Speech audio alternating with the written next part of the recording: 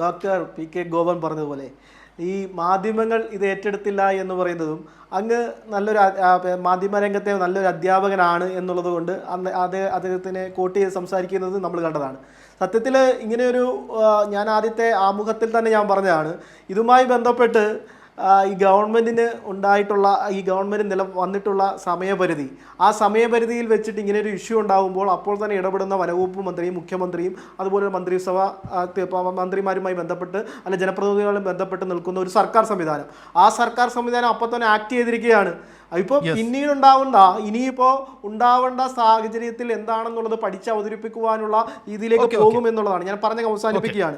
പിന്നെ അദ്ദേഹം എന്താ വനത്തിൽ ആനയ്ക്ക് വീടൊരുക്കുന്നതിനെ പറ്റിയൊക്കെ പറയുന്നു. അദ്ദേഹം പണ്ട് ഇപ്പോഴത്തെ മുഖ്യമന്ത്രിക്ക് പണ്ട് കാട്ടിൽ വീടൊരുക്കുമായി ബന്ധപ്പെട്ട് ഞങ്ങൾ തമ്മിൽ സംസാരിച്ചതാണ്. അപ്പോൾ ആ വീട് അവിടെ നിൽക്കുകയാണ്, അത് ആനയ്ക്ക് കൊടുക്കണമെങ്കിൽ നമുക്ക് കൊടുക്കാം എന്നുള്ളതുകൂടി അദ്ദേഹത്തിനോട് പറയുകയാണ്. രണ്ടാമത്തെ ഒറ്റ കാര്യം ഞാൻ പറഞ്ഞ പൂർത്തീകരിക്കുക, കേന്ദ്രത്തിന്റെ പരിധിയിൽ വരുന്ന കാര്യങ്ങളാണെങ്കിൽ, കേന്ദ്ര ഗവൺമെന്റിനോട് ചോദിച്ചു വാങ്ങിക്കേണ്ട കാര്യങ്ങളാണെങ്കിൽ അത് ചെയ്യുവാൻ തൻ്റെ ഇടമുള്ള ഗവൺമെന്റാണ് കേരളത്തിലെ UDF ഗവൺമെന്റ്.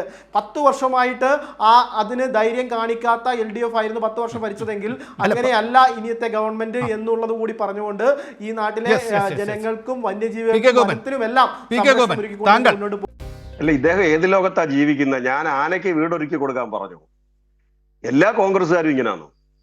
ഞാൻ അദ്ദേഹത്തെ അതിൽ നിന്ന് അങ്ങ് കുറച്ച് വ്യത്യസ്തമായിട്ട് പ്രതീക്ഷിച്ചായിരുന്നു. ആനത്താരകളിൽ താമസിക്കുന്ന മനുഷ്യരെ പുനരധിവസിപ്പിക്കൂ എന്നുള്ള നിങ്ങളുടെ പ്രകടന പത്രിക രാത്രി പോയിട്ടൊന്ന് വായിച്ചു നോക്കുന്നത് നല്ലതാ കേട്ടോ. ഇത് രണ്ടാമത്, ഞങ്ങൾ പഠിച്ചുകൊണ്ടിരിക്കുകയാണെന്ന്. നിങ്ങൾ പഠിക്കാതാണോ പ്രതിപക്ഷത്തിരിക്കുമ്പോ ഈ നിർദ്ദേശങ്ങളെല്ലാം വെച്ചത്? പിണറായി വിജയന്റെയും പിന്നെ ശശീന്ദ്രന്റെയും വീടിന്റെ മുമ്പിൽ പോയി തെറി വിളിച്ചത് ശവശരീരം ഉയർത്തിപ്പിടിച്ചുകൊണ്ട്. നിങ്ങൾ മരിക്കുന്ന ഓരോ മനുഷ്യന്റെയും ശരീരം എടുത്ത് ഉയർത്തിപ്പിടിച്ചുകൊണ്ട് ഈ 2 മുഖ്യമന്ത്രിയെയും വനംവകുപ്പ് മന്ത്രിയെയും തെറി വിളിച്ചല്ലോ. ഇന്ന് ഞങ്ങൾ മൃതശരീരം എടുത്തുകൊണ്ടൊന്നും തെറി വിളിച്ചില്ലല്ലോ. ഇതൊക്കെ പഠിക്കാതാണോ പറഞ്ഞുകൊണ്ടിരുന്നത്? ചുമ്മാതെ വെറുതെ കാച്ചിക്കൊണ്ടിരുന്നതല്ലേ? എന്താണ് വനാവകാശ നിയമം? എന്താണ് സെൻട്രലിന്റെ അധികാരം? ഞങ്ങൾ ഇനി സമരം നടത്തി മേടിച്ചെടുക്കൂല്ലേ? സമരം നടത്തി മേടിച്ചെടുക്കാൻ നിങ്ങളുടെ അഡ്വക്കേറ്റ് ജനറൽ ആരാ? BJPയുടെ ആളാ, ഗവർണറുടെ ഉപദേഷ്ടാവാ നിങ്ങളുടെ അഡ്വക്കേറ്റ് ജനറൽ. നിങ്ങൾ എവിടെ സമരം നടത്തുന്ന? നിങ്ങളുടെ പ്രസ് സെക്രട്ടറി ആരാ? BJPയുടെ ആളാ പ്രസ് സെക്രട്ടറി. നിങ്ങളുടെ പേഴ്സണൽ സെക്രട്ടറി ആരാ? BJPയുടെ ആളാ.